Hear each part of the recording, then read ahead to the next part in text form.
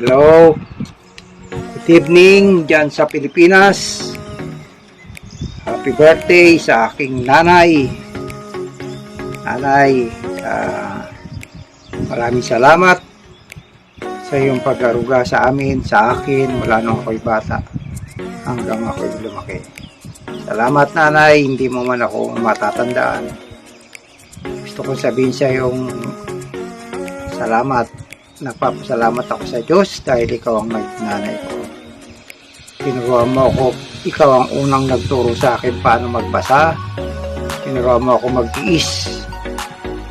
Tinuruan mo ako na mamuhay ng maayos, maging pareha sa bawat pagkakataon.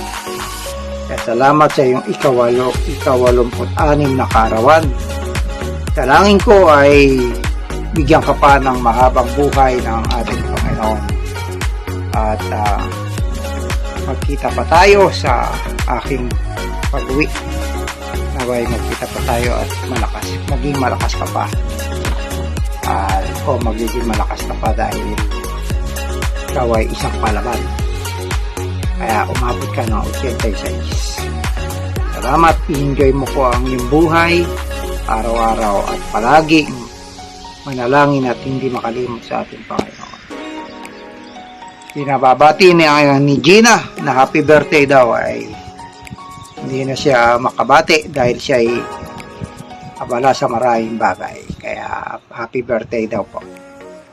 Salamat nanay. God bless you and happy birthday. Hello, good morning Nay. Happy birthday po.